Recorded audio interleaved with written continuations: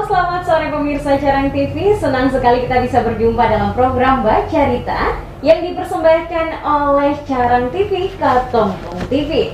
Bersama saya Putri Nikiulu. Dan saya Tio Lumuli. Saya Vano Ringer. Dan untuk hari ini kita akan membahas tentang tema kita, yaitu status Kota Ambon dan penerapan PPKM level 3. Pemirsa Carang TV, seperti yang kita ketahui juga di Indonesia, bahkan di Maluku dan di Kota Ambon, pandemi COVID-19 masih belum juga berakhir.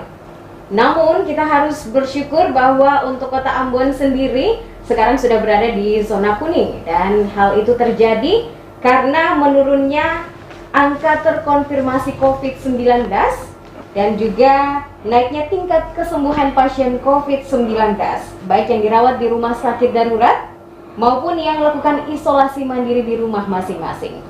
Baik pemirsa Carang TV, untuk mengetahui lebih jauh tentang penanganan COVID-19 yang dilakukan pemerintah Kota Ambon, saat ini kita sudah bersama-sama dengan narasumber yang sudah hadir di program acara Baca Rita, Bapak Kris Satluwokai. Beliau selain Kepala Dinas Pemuda Olahraga dan Kota Ambon, beliau juga dipercaya masuk dalam tim Satgas Penanganan COVID Kota Ambon dan menjabat sebagai Koordinator Bidang Tempat dan Fasilitas Umum Satuan Tugas Penanganan COVID-19 Kota Ambon. Selamat sore Pak Risat. Selamat sore Bung Usi. Terima kasih sudah hadir di acara bicara kita. Baik, luar biasa sehat. Sehat Pak ya? Puji Tuhan. Oke. Nah, untuk pemirsa Carang TV yang lagi menyaksikan acara Baca Rita sore hari ini, Anda selain bisa simak di TV atau di depan layar kaca Anda maksudnya, Anda juga bisa saksikan kami di live Facebook dan juga live YouTube channel kami ya di Carang TV. Carang TV. Oke, nah kita langsung saja ke pertanyaan pertama. Seperti yang sudah disebutkan, untuk Pak Risat sendiri bisa dijelaskan nggak kalau secara garis besar kondisi terkini Kota Ambon oleh tim Satgas COVID-19 Kota Ambon secara garis besar? Ya, terima kasih ya Carang TV yang tentunya sudah memberikan kesempatan bagi kami selaku pemerintah. Lewat media gini kami menginformasikan kepada masyarakat biar masyarakat lebih paham dan lebih memaksimalkan lagi partisipasinya membantu kami memerangi COVID-19 di Kota Ambon. Itu yang pertama. Yang kedua, kami pun bersyukur pada Tuhan tentunya, sebab Kota Ambon meskipun dalam kondisi saat ini tanda kutip zonanya masih kuning, sudah berapa kali PPKM ini tetap masih berada di zona kuning. Itu bukan karena apa-apa, karena memang instruksi berdasarkan instrumen dari dalam negeri itu, Kota Ambon masih dalam tahapan zona kuning, bahkan masih pada level 3. Lebih jelasnya teknisnya itu seperti apa, saya rasa nanti bisa ditanyakan buat teman-teman lebih teknis, misalnya dari teman-teman dari Dinas Kesehatan yang mengerti secara tidak langsung epidemiologi daripada penerapan pengendalian COVID-19 itu sendiri. Yang pertama karena zona kuning ini, tapi kita bersyukur sekali kita ada naik sekian poin ya dari berapa minggu terakhir kemarin. Data kami di tanggal 12 kemarin itu kita ada pada skor 2,67. Ya, kita bersyukur. Ini mungkin juga karena tadi disampaikan lebih awal karena adanya tingkat kesembuhan ya, minimnya terkonfirmasi COVID, kasus terkonfirmasi COVID itu juga memberikan angin segar bagi kami. Ya, itu sampai saat ini memang level 3 masih tetap diberlakukan sesuai dengan instruksi Menteri Dalam Negeri nomor 41 tahun 2021, di mana beberapa provinsi kabupaten kota itu yang ada di level 1, 2, 3 dan 4 itu dibagi-bagi. Dan kebetulan pada Maluku itu untuk level 3 termasuk diantaranya Kota Ambon. Ya, itu mungkin secara gambar kecil ya. Baik Pak Rikat, ini kita kalau mau melihat perkembangan COVID ini kan sudah menurun. Dari data yang kami punya per tanggal 15 itu dari jumlah akumulatif 8446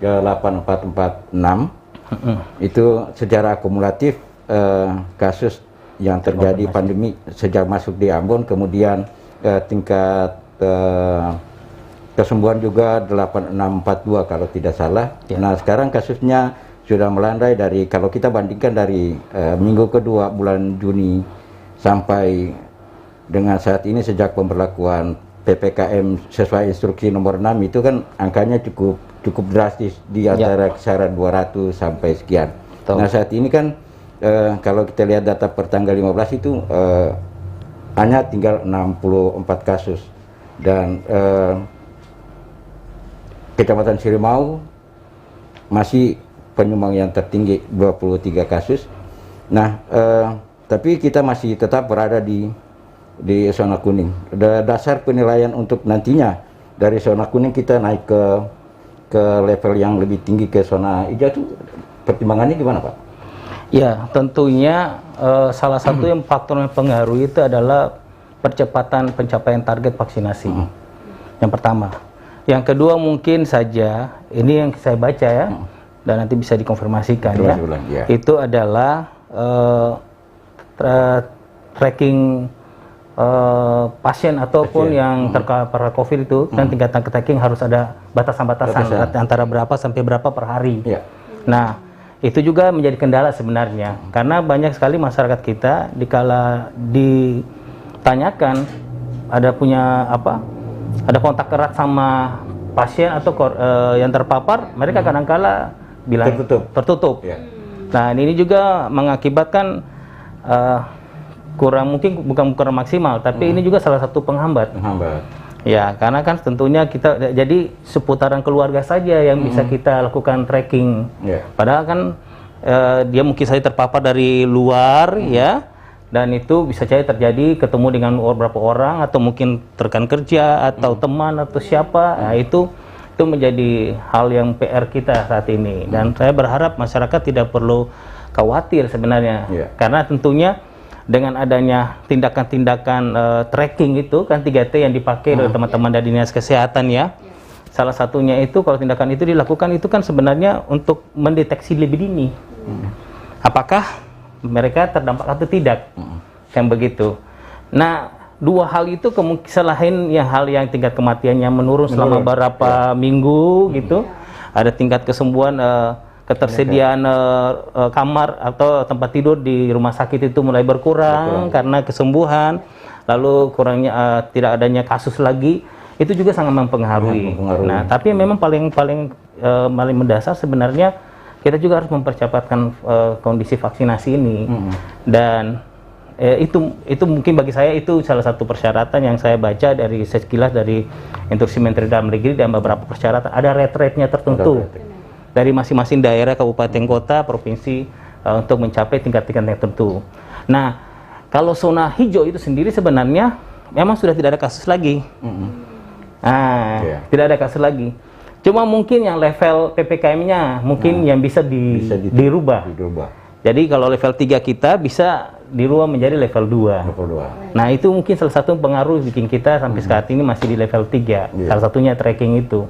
Nah, itu menurut pandangan saya. Nah, saya berharap masyarakat harus bekerja sama. Kadang-kadang kan masyarakat enggan. Kadang di luar sana mereka bilang tidak percaya COVID, tapi pas ditanya mau lakukan swab test, PCR misalnya, mereka pada belum, saya tidak. Itu kan padahal sebenarnya kan ya kalau memang tidak percaya COVID ya oke-oke aja, ya sia-sia aja dong, kan gitu. Jadi itu mungkin Bung menurut saya. Jadi sejarah alamiah memang belum ada kesadaran dari masyarakat termasuk setuju untuk membawa diri menerima vaksin. Padahal sebetulnya dari berbagai literasi dan penelitian para ahli biomolekuler juga sendiri bahwa virus itu tetap ada dan bermutasi dengan kita. Setuju. Memang penting sekali vaksinasi, itu salah satu prasyarat juga kan. Jikalau nantinya kita mencapai target-target yang telah diberikan, ya itu bisa saja ada berapa sektor yang harus diperhatikan ke depan. Contoh sekarang ini kan lagi dikejar vaksinasi di tingkatan anak pelajar. Karena kita mengejar kalau rata-rata semua para pengajar dan pelajar sudah divaksinasi, maka kemungkinan sekali Kota Ambon bisa melaksanakan yang namanya tatap muka, pembelajaran tatap muka secara langsung. Itu salah satu poinnya. Nah, kita kalau dari data yang kita terima itu kita sudah, kalau dari data tanggal 12 kemarin itu sudah 63,9%.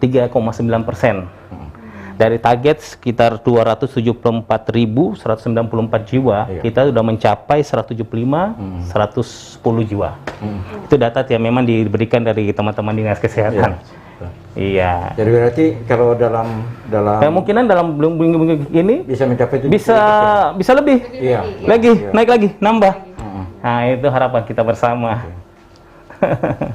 Pak, kalau ngomongin tentang sistem zonasi nih Pak, kan kita sekarang sudah ada di zona kuning nih. Ya. Tapi ada beberapa di antara tempat tinggal kita nih masih ada kayak kita tinggal di Paso Pak. Kalau misalnya ketemu keluar malam tuh pasti ada penjagaannya Pak. Kalau paling itu mau masuk ke pulang larut malam. Iya. Apakah sistem zonasi ini masuk ke secara menyeluruh di RT RW atau kayak gimana Pak? Iya.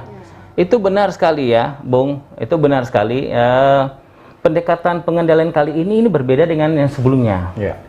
Sebelumnya kita kan namanya PSBB, pembatasan sosial berskala besar. Tapi kali ini kita PPKM. PPKM itu pendekatannya memang sesuai dengan instruksi Presiden dan diteruskan dari Menteri Dalam Negeri, dan itu terus diinstruksikan oleh instruksi Wali Kota. Yang pertama kali kita lakukan beberapa bulan yang lalu, itu salah satunya bahwasanya pendekatan pengendalian itu berada di tingkat paling bawah, RT, RT, RW, kelurahan, dan naik sampai tingkat kecamatan. Makanya betul Bung, kalau di tingkat RT itu ada pembatasan itu, nah itu karena memang ada syarat persyaratannya, sama mirip dengan secara tingkat kota dan nasional ya, ada zona-zona tertentu. Jadi di antara kalau misalnya 5 sampai berapa rumah tangga yang terkena itu di zona warna merah misalnya. Nah, kalaupun ada di zona warna kuning itu berarti masih ada rumah tangga yang terkena COVID, terpapar COVID-19 atau salah satu anggota keluarganya yang terpapar dan dirawat sampai saat ini. Makanya daripada itu data yang tanggal 15 kemarin itu kan kita masih kisaran 54 jiwa atau terpapar konfirmasi, dan sementara ini dirawat di beberapa kecamatan yang ada. Nah, jadi tapi di semua beberapa wilayah kecamatan itu kalau saya lihat itu paling banyak itu wilayah hijaunya itu di Timur Selatan. Iya, karena cuma satu kasus yang dari data kami, satu kasus di Desa Negeri Lehari. Nah, itu satu kasus saja, satu orang saja yang terpapar saat itu. Ya, dan memang ya Siruma menyumbang lebih banyak sedikit. Tapi itu mending lebih baik daripada yang beberapa bulan lalu ya, karena lalu tuh ratusan orang ya, sekarang ini masih puluhan ya. Jadi itu menembung. Jadi memang ada pembatasan itu di tingkat kecamatan karena memang pendekatan PPKM itu sesungguhnya ada di tingkat paling bawah. Karena kalau dipikir kalau pengendalian itu ada di tingkat paling bawah, maka tentunya itu akan berimbas sampai tingkat yang paling atas. Gitu. Kalau ibarat kata kalau kami melihat ke bawah tapi mereka lihatnya ke atas. Jadi ruang lingkup mereka itu memang seputaran lebih kecil tapi itu sangat efektif. Dan itu terbukti bahwasannya Kota Ambon sampai berapa bulan ini makin hari makin melandai, dan itu dari catatan kami, hasil perlaporan kami tiap 2 mingguan itu ya kami berhasil menurunkan beberapa kasus gitu ya. Salah satunya ya kami bersyukur memang ada sebagian masyarakat yang sadar ya dan mau memberikan diri untuk melakukan berbagai pendekatan secara teknis dari teman-teman daripada dinas kesehatan. Saya rasa itu. Terus Bapak kalau misalnya nah, saya ini diborong ya. Ini namanya deritanya orang narasumbernya begini nih. Ya Bapak, tadi kan Pak bilang kalau misalnya kalau ke level PPKM level 3 kita berada di zona kuning. Tapi kalau Tuhan sayang kita bisa keluar dari zona kuning ini dan masuk ke zona hijau, otomatis kan PPKM-nya naik di level 2 Pak, kata Bapak tadi. Terus apakah masih ada pembatasan yang sama ya yang masih dilakukan nggak sih Pak kalau misalnya? Jadi kalau sudah zona hijau. kalau zona hijau tentunya yang kita ketahui bahwasanya kita akan masuk dalam satu kehidupan yang baru, normal baru, ya, kenormalan baru yang namanya new normal.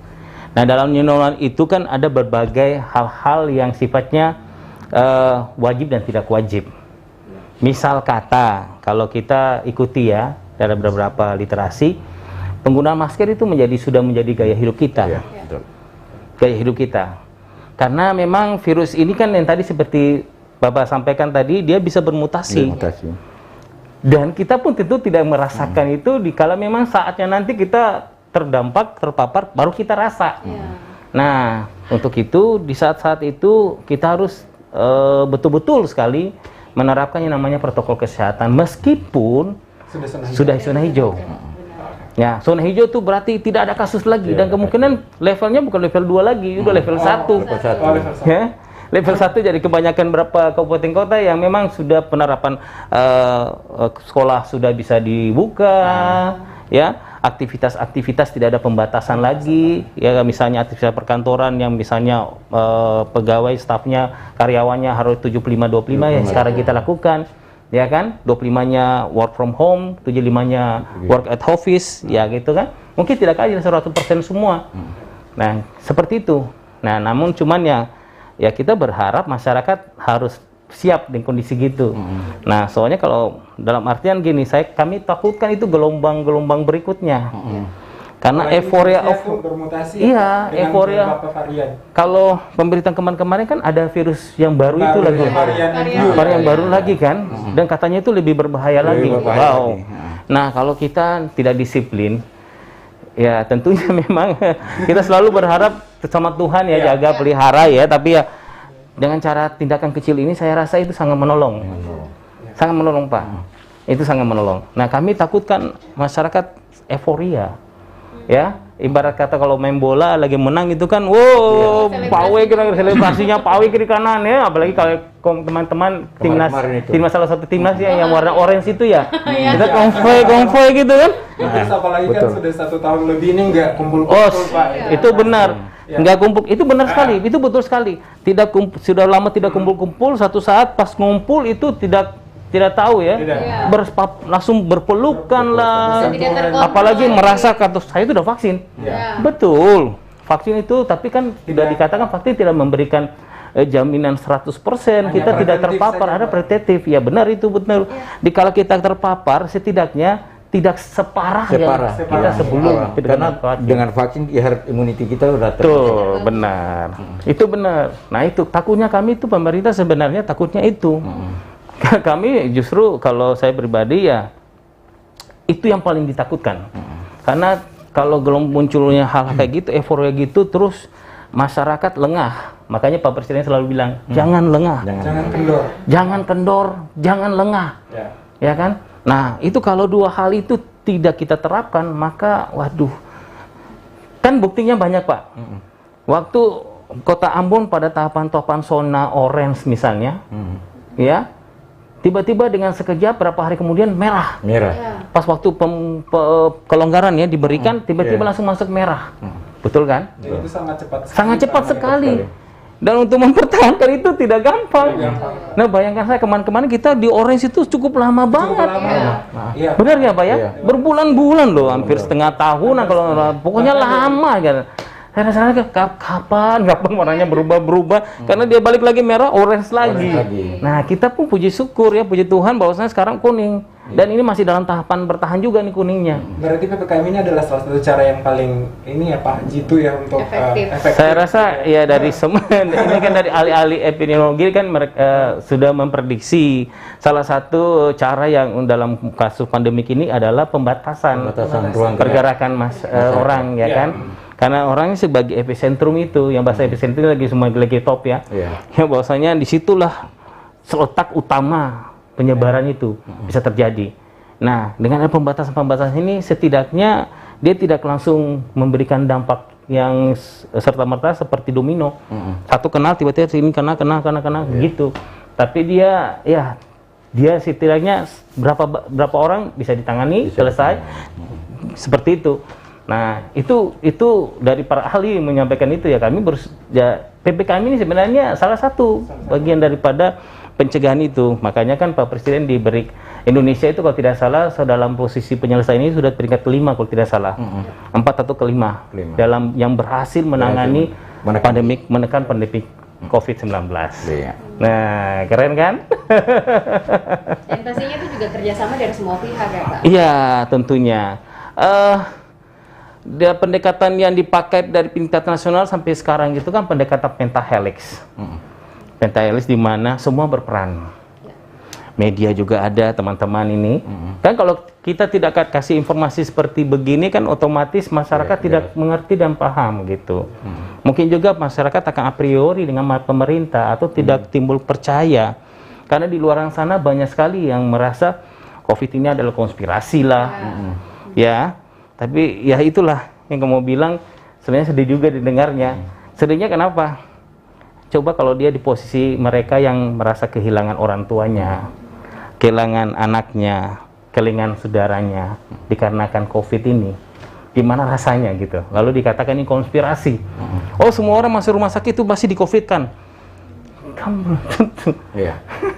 Tapi setidaknya kita kan pemerintah, namanya juga pemerintah, kita ya tetap melayani masyarakat dengan tulus, ataupun walaupun ada caci maki lah, ada ketidakpercayaan lah, kami tetap menjalankan tugas dan fungsi kami untuk tetap menyadarkan masyarakat, menghimbau terus masyarakat untuk terus menerapkan protokol kesehatan, bukan untuk mencari kesalahan-kesalahan, tidak, tapi sebenarnya bentuknya mengingatkan.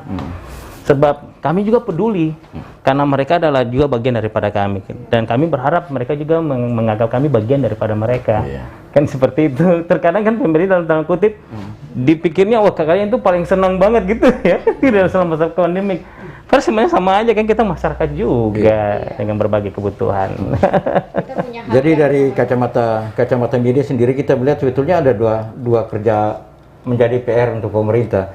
Selain bagaimana cara menekan kasus agak menurun, di sisi lain juga pemerintah berupaya untuk bagaimana meng-counter isu-isu hoax yang akhirnya membuat masyarakat merasa paling tepat adalah mengedukasi.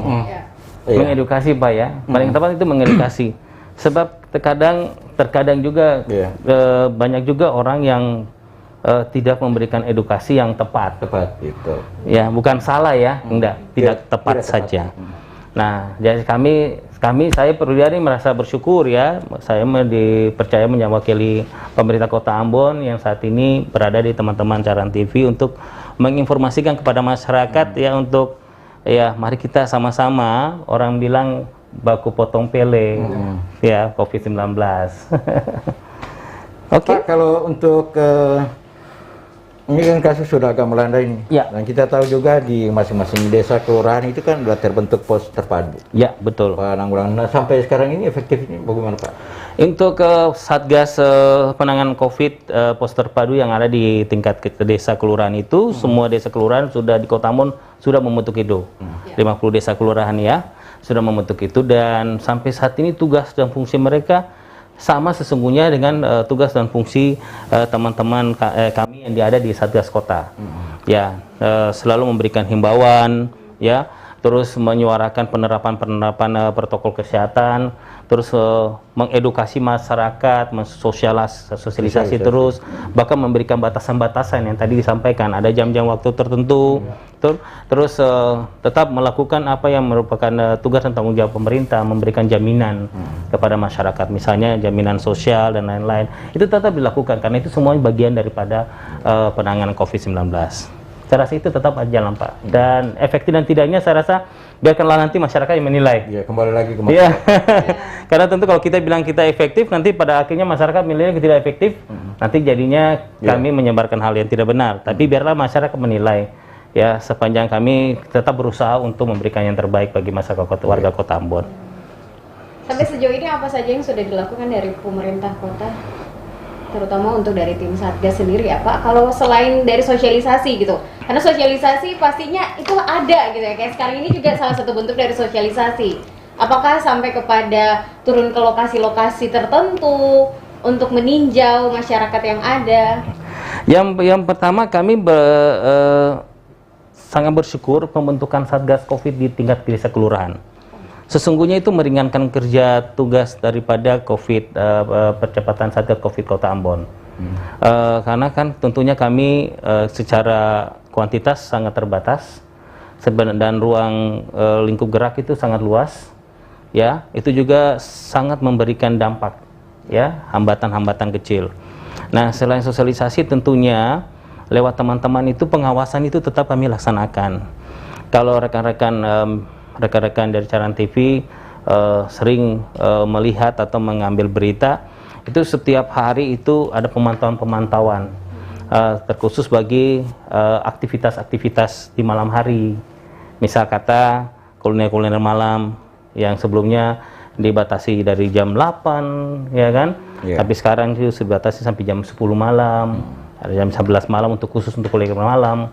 Ya, itu menjadi bagian daripada tugas dan fungsi kerja kita bersama. Nah, walaupun tidak menutup kemungkinan ya, karena ada juga masyarakat atau pelaku usaha yang sengaja melakukan pelanggaran. Dikala tidak ada pengawasan saat itu, mereka bikin pelanggaran itu, yang membuat pelanggaran itu. Misal kata, jika kita lewat, kita suruh tutup, mereka tutup. Tapi setelah itu, mereka buka lagi. Jadi istilahnya main kucing-kucingan. Ya. Jadi terkadang memang kami sering ditanyain Pak daripada teman-teman media ya, itu kenapa Pak bisa begitu? Kenapa tidak ada pengawasan yang sampai? Nah, kita ini Satgas ini kan juga manusia biasa. Kami tidak mungkin 1 kali 24 jam mengawasi masyarakat kami. Kami dari pagi kerjanya, tidak mungkin dong kami tidak langsung sampai pagi hari lagi. Kami juga butuh istirahat. Nah, kalau misalnya imun kami menurun misalnya, terus kami semua terpapar misalnya, lalu siapa lagi yang mau jaga kota ini? Kasarnya kan begitu. Jadi itu yang hal-hal yang kecil yang kami lakukan ya, sambil juga operasi-operasi justisi ya, yang kami yang seringkali masyarakat lihat di tengah pinggiran jalan, di tengah jalan-jalan utama seperti di Jalan Dr. Sitanala, di Patimura sini yang sering menjadi primadona justisi ya, bahkan juga di bawah JMP. Nah, itu sebenarnya sebagai bentuk edukasi. Pak Wali Kota Ambon, Pak Richard Maulana PCSA sering menyampaikan kepada kami harus profesional dalam tugas, harus humanis juga.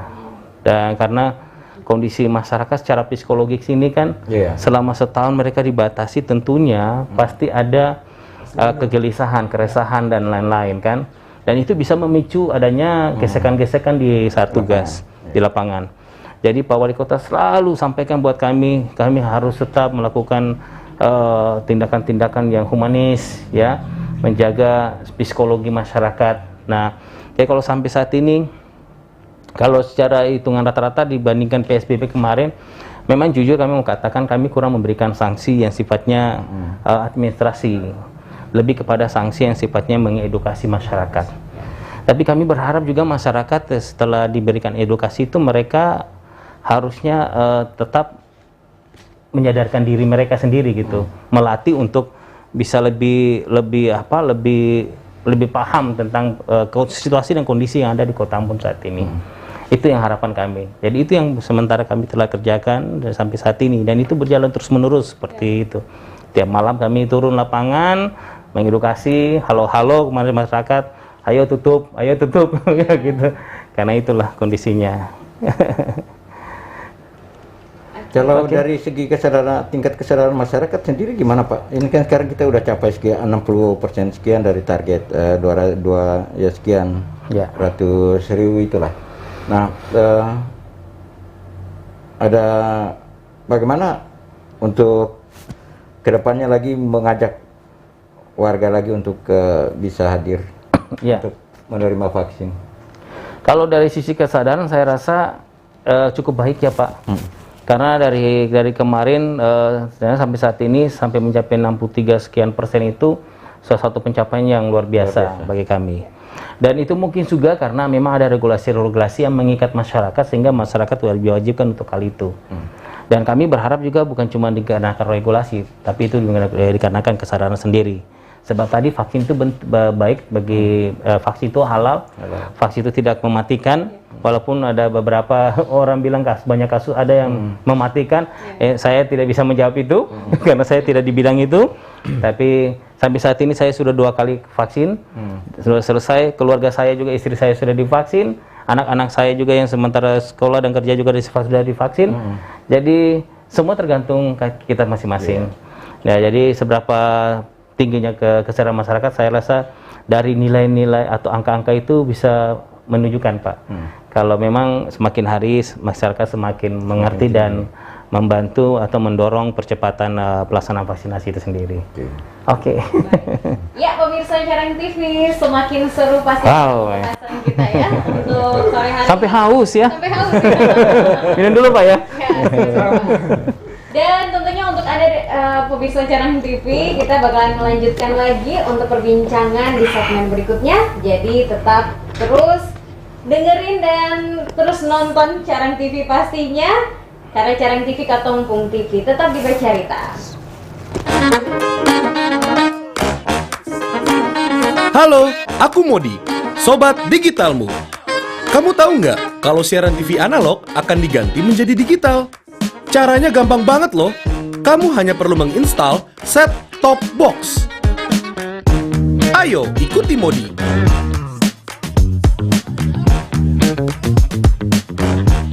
Siaran TV digital membuat gambar televisimu menjadi lebih bersih.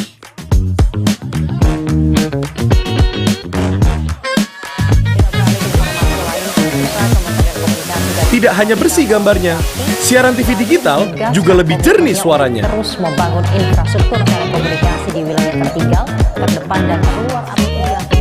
Selain membuat gambar lebih bersih dan suara lebih jernih, teknologi TV digital juga lebih canggih. Ayo, kita kembali ke lab. Ayo, segera bermigrasi ke siaran TV digital. Bersih gambarnya, jernih suaranya, canggih teknologinya.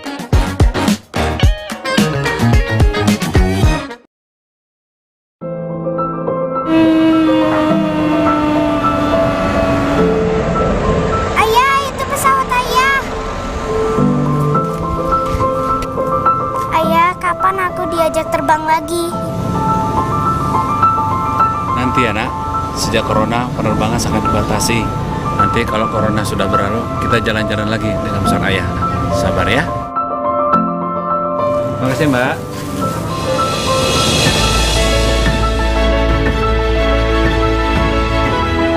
Gimana? Ayah jadi pilot atau jual mie ayam saja? Apa aja yang penting jadi ayahku.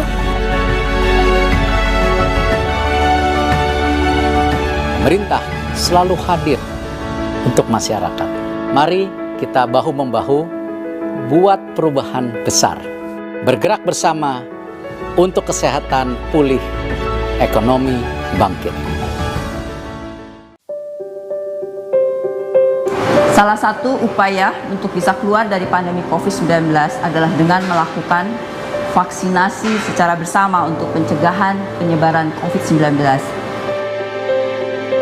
Badan POM menerbitkan Emergency Use Authorization setelah bersama para ahli dalam komite advisory yang mandiri mendapatkan data saintifik hasil uji klinik yang cukup dari aspek mutu, keamanan, dan khasiat untuk vaksin COVID-19 yang digunakan.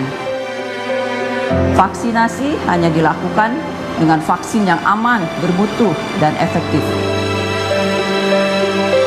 Keberhasilan penanganan COVID di Indonesia akan menjadi keberhasilan kita sebagai bangsa dan juga sebagai bagian dari masyarakat dunia. Dan ini hanya dapat kita capai dengan bersama-sama.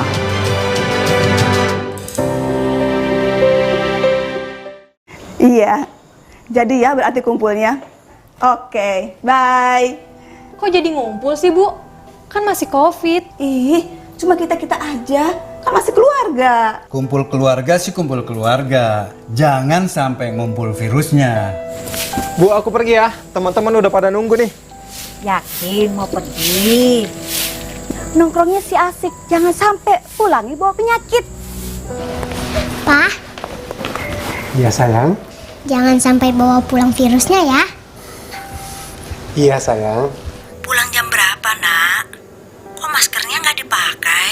Iya, Ini aku lagi makan-makan sama temen. Hati-hati ya, kamu yang abai, jangan sampai ibu yang menuai. Waspadai klaster penyebaran COVID-19 di lingkungan terdekat. Selalu pakai masker, jaga jarak, cuci tangan pakai sabun, dan siap divaksinasi. Kesehatan pulih, ekonomi bangkit. Tak kenal, maka tak kebal. Pagi, Pak. Stop. Siapa kamu?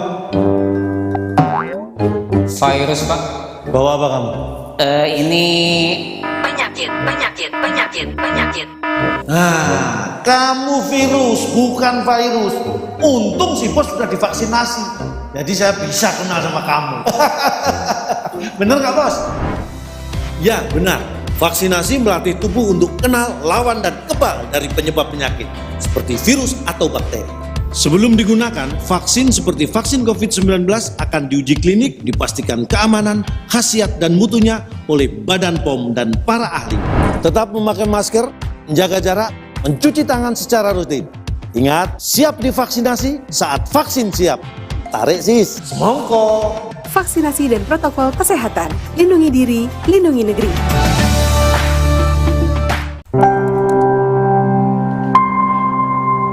Selain virus yang mengancam, ada bahaya lain yang mengintai, yang memicu kebingungan.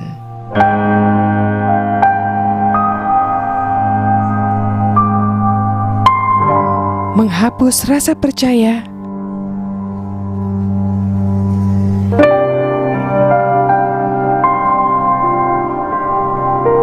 membunuh optimisme.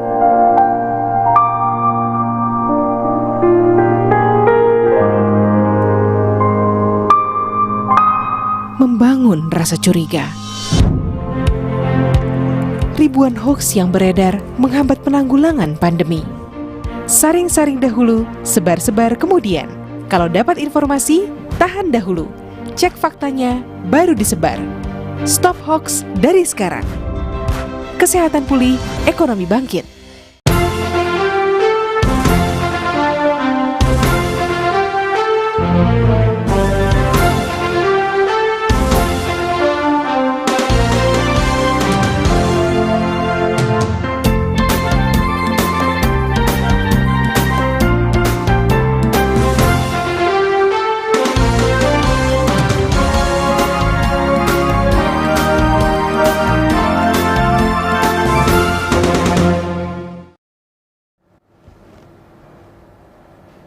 Baik pemirsa Carang TV, kita masih di program Baca Rita, tentunya masih di Carang TV Katompung TV. Dengan pembahasan kita, tema untuk hari ini pastinya masih tentang status kota dan penerapan PPKM level 3. Masih bersama narasumber kita, ada Bapak Risat Luhukai di sini.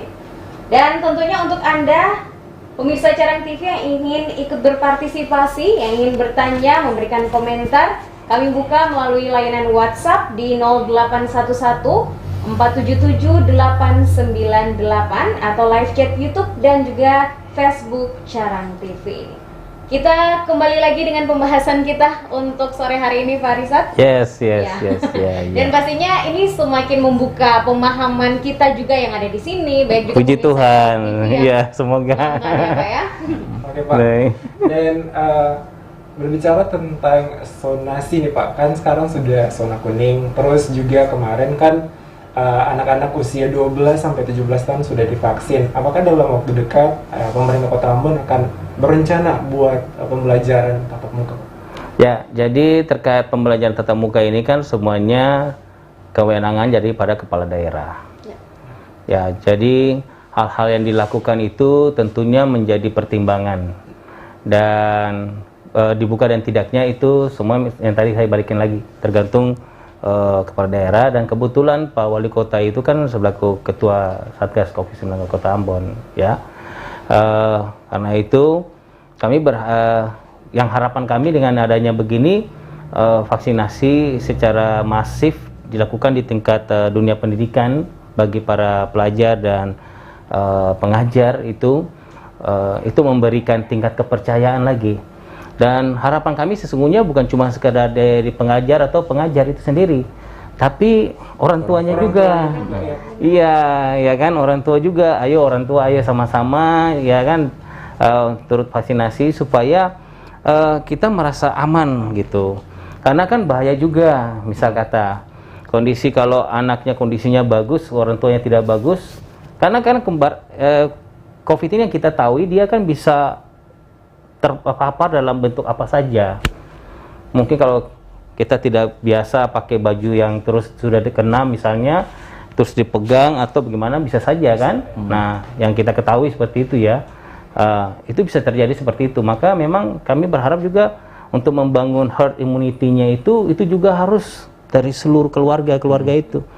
Jadi bukan cuma anak itu sebagai objek itu saja, tapi semua di ada sekitar dia itu harus memberikan dukungan itu juga.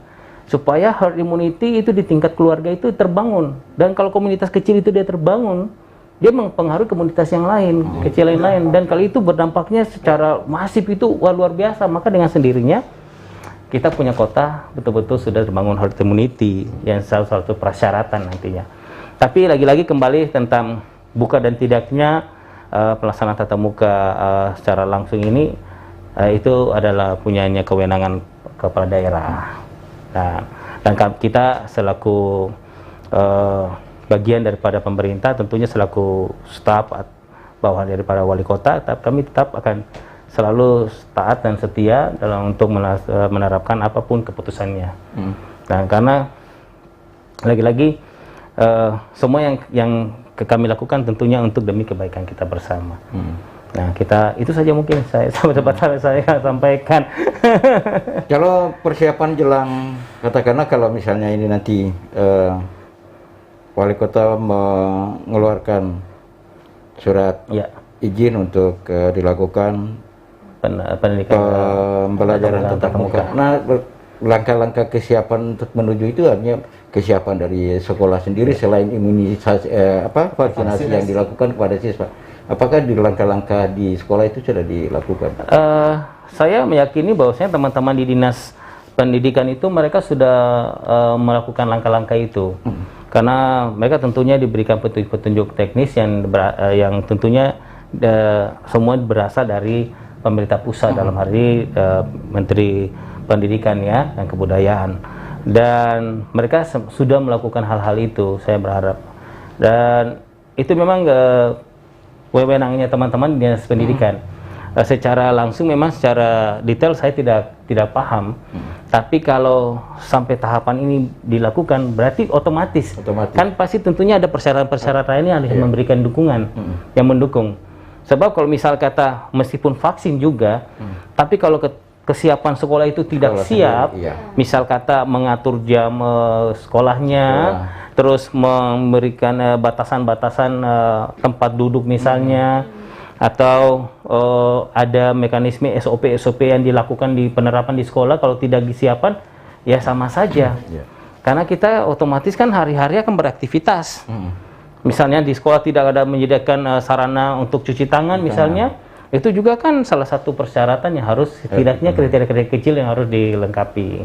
Jadi tentu saya yakin sungguh teman-teman di Dinas Pendidikan pasti sudah mempersiapkan itu, Pak. Dan saya rasa sudah jauh-jauh hari, karena memang kan instruksi dari Pak Menteri Pendidikan juga kan menyarankan kita untuk bisa melakukan di level-level gini, bisa melakukan tatap muka. Namun kan semua kembali kepada kondisi daripada kota, wilayah atau kabupaten itu sendiri. Nah, jadi itu saja mungkin saya sampaikan. Bahkan untuk program vaksinasi anak kemarin sempat kayaknya di Lapangan Merdeka juga sempat dibagi beberapa tempat, ada juga yang spesial daerahnya untuk anak-anak ya Pak ya? Ya, itu benar. Jadi kemarin waktu saat pencanangan HUT Kota Ambon itu, nah itu dilakukanlah selebrasi vaksinasi secara massal, yaitu dilakukan bagi pemuda dan juga bagi anak-anak yang usia tadi disampaikan 12 sampai 17 tahun. Itu dipisahkan kenapa? Karena memang yang di Batu Murah Park itu dikhususkan bagi para lansia atau yang di atas itu. Sedangkan di Tribun Lapangan Merdeka itu lebih dikhususkan bagi anak-anak dan pemuda. Jadi memang kemarin itu seperti itu. Dan memang cuma berapa hari aja dilakukan, dan setelah itu teman-teman dari Dinas Kesehatan lebih gencar turun di puskesmas, dan sekarang bahkan di sekolah-sekolah. Ya, seperti kemarin ada di madrasah, sanawiyah, ya. Itu sudah turun teman-teman dari Dinas Kesehatan Kota dan itu sangat didukung oleh penyelenggara daripada pihak sekolah itu, baik kepala sekolah ataupun komite-komite sekolah itu mendukung sekali. Dan ternyata animo itu luar biasa. Karena mungkin itu efeknya karena lihat temannya sudah divaksin, ya dia merasa percaya diri. Mungkin saja begitu, dia percaya diri, oh saya juga harus vaksin dong. Atau mungkin anak-anak, ini kan kadang-kadang kan anak-anak milenial sekarang kan biasanya suka ya membangga-banggakan diri ya. Bisa jadi kan begitu. Saya minta sudah vaksin nih. Ali bilang, gimana, parah. Benar, dia bisa influence, dia punya teman-teman, nah gitu. Dan dia mungkin juga dia memberikan statement-statement yang positif atau informasi-informasi yang dia rasakan sendiri bahwasanya oh kemarin vaksin tuh karena mereka rata-rata ini kan dipakai kan itu Sinovac kalau tidak salah. Ya, dosisnya untuk anak-anak kan. Dan itu kan efeknya kalau saya waktu pertama kali pakai itu efek saya itu adalah sering ngantuk sedikit, ngantuk berat. Ya, rasanya lapar sekali. Ya itu efek-efek masing-masing orang kan beda-beda, Pak. Jadi kalau saya rasakan itu waktu pertama kali. Awalnya juga sekedar ya ini waduh, tapi udah vaksin ternyata ada perbedaan gitu. Jadi mungkin karena itu masyarakat animo itu muncul. Dan itu luar biasa. Itu sampai ribuan juga, ratusan ribu, ribuan juga yang dia menyelenggarakan untuk vaksinasi massal itu. Ya, saya terima kasih buat teman-teman Dinas Kesehatan juga yang selalu gencar untuk melakukan hal ini. Dan masyarakat tentunya yang mau berpartisipasi dan membawa anaknya untuk diberikan vaksinasi. Dan kami berharap seperti tadi Pak, orang tua juga turut sama-sama. Artinya dengan kita melihat kondisi adanya peningkatan jumlah vaksinasi ini berarti menjawab keraguan sebagian orang yang selama ini takut untuk divaksin, nanti kalau divaksin ada efeknya begini. Ternyata dalam kenyataannya kondisi yang tadinya diragukan oleh mereka-mereka yang ini sudah bisa terjawab. Artinya tingginya animo masyarakat yang untuk itu dan tidak ada efek setelah betul sekali Pak, betul. Jadi ya karena orang bilang masa sih karena cuman masalah kasuistis ya, satu kasus yang tidak mungkin saja nanti penjelasan medis ada di balik itu ya. Ya saya tidak bisa mengklaim ya, tapi karena hal satu itu terus yang banyak ribuan itu, kenapa tidak seperti yang itu? Kan berarti kan memang pembenarannya gitu kan secara hipotesanya kan begitu. Kalaupun kita ada dugaan-dugaan itu harus dibuktikan. Apakah dugaan itu bisa benar atau tidak? Nah itu kan bukti by data, dan kondisi-kondisi yang real. Dan ternyata memang sampai saat ini kita sampai sudah ratusan ribu warga Kota Ambon yang divaksin dan mudah-mudahan dari targetnya sebelum Desember kita sudah bisa mencapai target yang diberikan pemerintah provinsi atau pusat itu dalam itu saja mungkin Pak. Terus ada satu lagi Pak. Selain tujuan vaksin ini untuk preventif dan juga goalnya itu adalah untuk terciptanya herd immunity. Kira-kira persentase Kota Ambon sendiri kayak gimana untuk bisa mencapai herd immunity sendiri Pak? Ya, kalau dari data yang kami peroleh, target daripada vaksinasi ini untuk di Kota Ambon ya, Kota Ambon saja. Saya tidak bicara luas Maluku, tidak, di Kota Ambon aja itu 274.194 jiwa. Itu targetnya. Jadi kalau 274.194 jiwa itu tercapai, bahkan mungkin lebih, maka itu jadi satu persyarat kita sudah masuk pada yang namanya herd immunity. Nah, itu berarti mungkin saja ada kebijakan-kebijakan yang ditempuh oleh kepala daerah ya untuk mengambil langkah-langkah ya, misal kata PPKM ini akan dia berlangsung seperti apa, itu bisa saja terjadi. Jadi suatu faktor yang tindakan-tindakan yang kita kerjakan itu ada punya pengaruhnya nantinya dalam pengambilan keputusan. Nah itu target kita. Dan kalau sekarang sudah 1000-an dan mendekati 200-an ribu lebih, ya itu yang saya bilang. Saya sangat optimis sebelum Desember kita sudah bisa mencapai target itu. Dan kita doakan bersama-sama supaya. Pak, untuk memutus penyebaran ini kan tentu kita tahu bahwa Pulau Ambon ini tidak ansih administratif menjadi tanggung jawab pemerintah Kota Ambon. juga ada Kabupaten Maluku Tengah, yang dimana di Pulau Ambon ini ada 3 kecamatan yang merupakan wilayah administrasi Maluku Betul. Tengah. Nah, untuk membangun komunikasi koordinasi ini gimana Pak? Khususnya untuk antar perbatasan Ya, betul. wilayah ini. Yang sepanjang tahun saya, Pak Wali Kota sering membangun komunikasi aras level pimpinan, dalam artian antara Kota Ambon dan Kabupaten Masohi Maluku Tengah. Ya, itu sudah dilakukan koordinasi yang tentunya kebijakan-kebijakan, setiap kebijakan di kota, tentunya masyarakat Kabupaten Maluku Tengah harus memahami itu. Sebab tentunya kita juga menjaga kita punya masyarakat. Dan sampai saat ini, sejauh ini kerjasama itu tetap masih terbangun. Misal ambil contoh kemarin waktu kita lakukan penyekatan di perbatasan-perbatasan, masyarakat sekitar yang masuk di Kota Ambon itu tetap menerapkan memenuhi persyaratan untuk bisa melewati atau memasuki wilayah Kota Ambon. Dan ini satu hal yang positif. Ya, dan kami berharap juga tindakan-tindakan pencegahan pengendalian ini bisa dilakukan bukan cuma di Kota Ambon, tapi juga di kabupaten kota lain. Sebab kalau ini secara bersama-sama tentunya, sebab memang PR yang paling besar karena memang Kota Ambon kan sebagai ibu kota, terus pusat pertemuan, perjumpaan semua. Ya, aktivitas. Ya, karena di sini punya sarana fasilitas yang ada, misalnya kata pendidikan ada, rumah sakit sampai setingkat tarapan-tarapan yang internasional, ya kan ada juga di Ambon. Nah, ini juga membuat hal dampak-dampak ini juga bisa mempengaruhi adanya aktivitas pergerakan manusia. Tapi kan kita tidak bisa membatasi karena negara kita mengandung negara Kesatuan Republik Indonesia. Ya kan, jadi siapapun dia bisa berhak masuk dimanapun selama itu masih di wilayah Republik Indonesia. Jadi itu yang penting persyaratannya dipenuhi dan masyarakat juga bisa ya beradaptasi dengan kondisi di wilayah Kota Ambon itu sendiri. Itu saja Pak.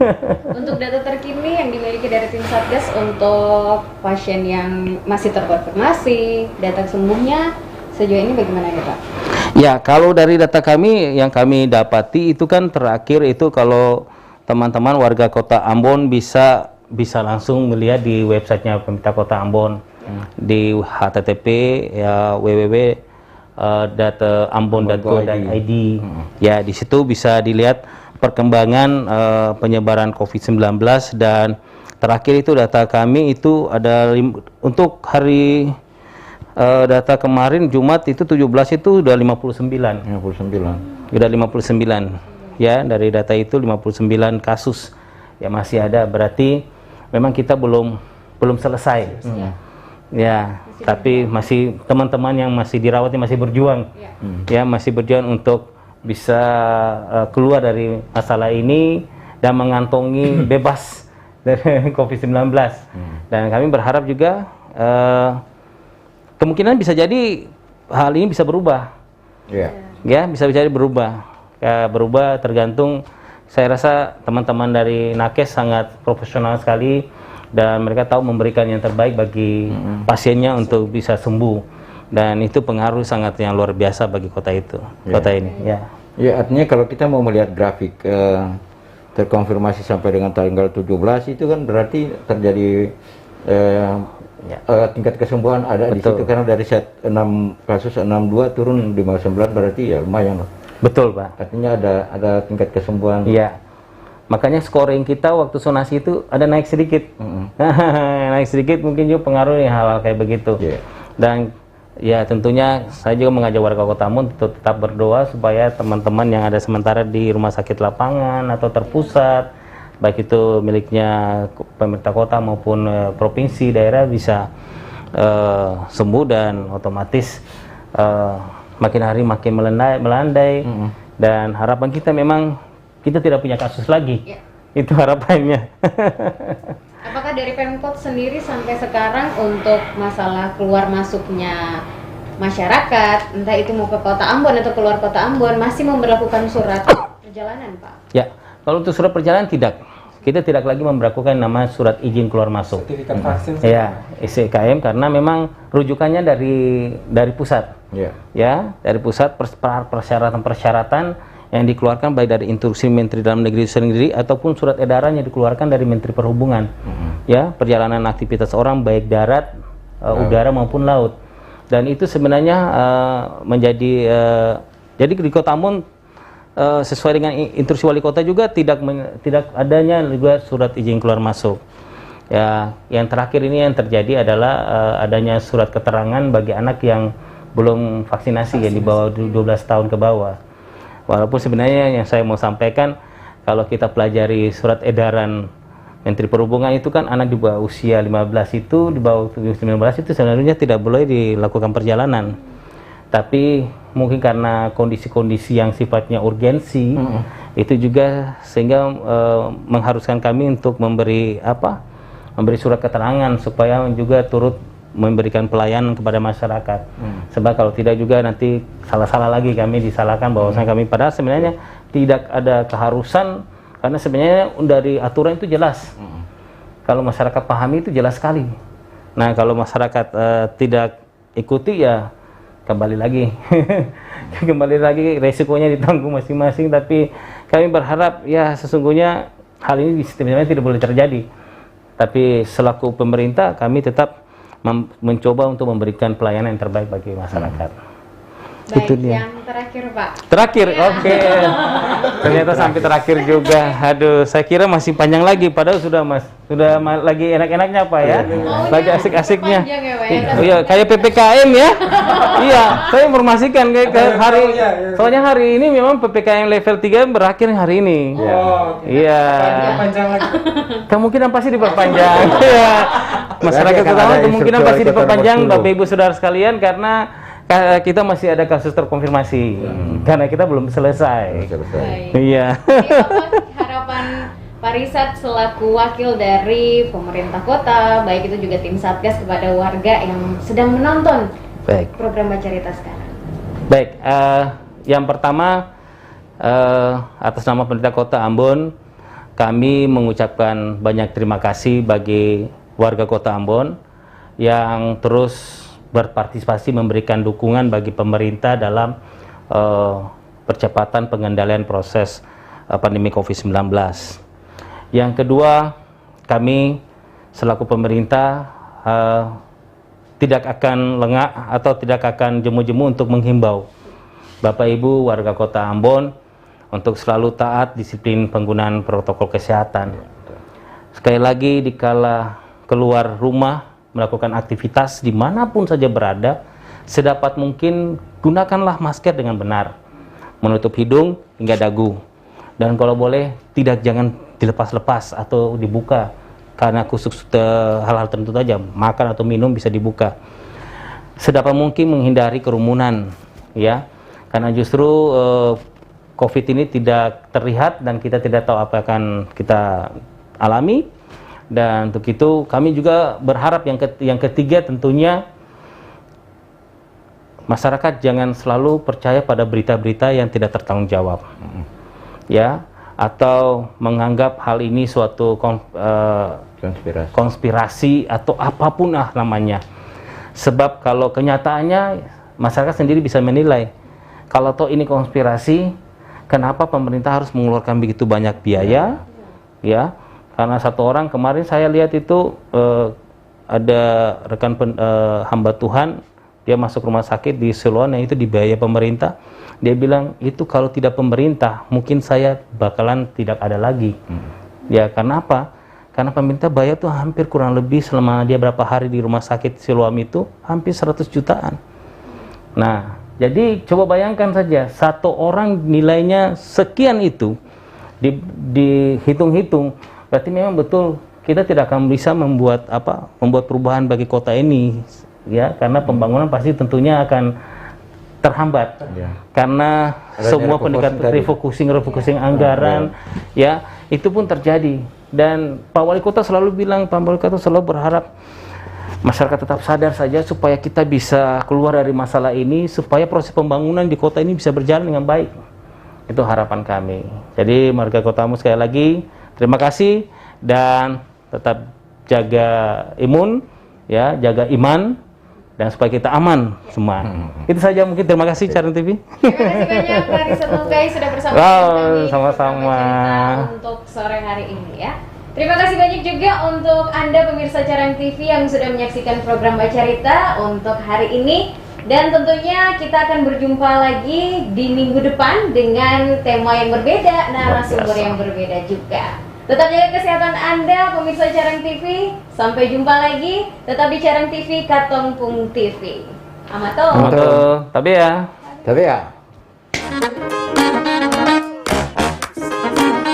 Halo, aku Modi, Sobat Digitalmu. Kamu tahu nggak kalau siaran TV analog akan diganti menjadi digital? Caranya gampang banget loh. Kamu hanya perlu menginstal set-top box. Ayo, ikuti Modi.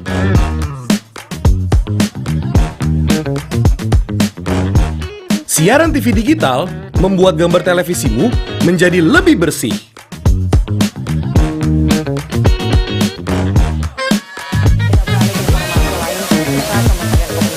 Tidak hanya bersih gambarnya, siaran TV digital juga lebih jernih suaranya. Terus membangun infrastruktur telekomunikasi di wilayah tertinggal, terdepan dan terluar.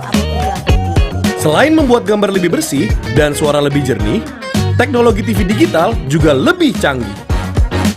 Ayo, kita kembali ke lab. Ayo, segera bermigrasi ke siaran TV digital. Bersih gambarnya, jernih suaranya, canggih teknologinya.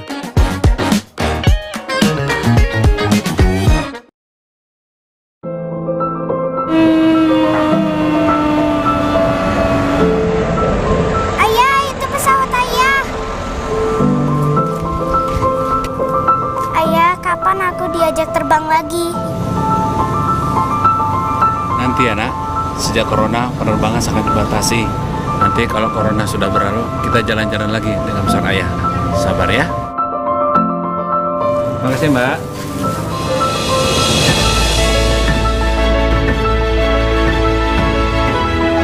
Bagaimana?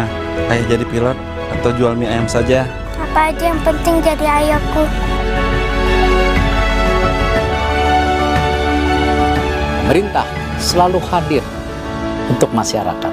Mari kita bahu-membahu buat perubahan besar. Bergerak bersama untuk kesehatan pulih, ekonomi bangkit.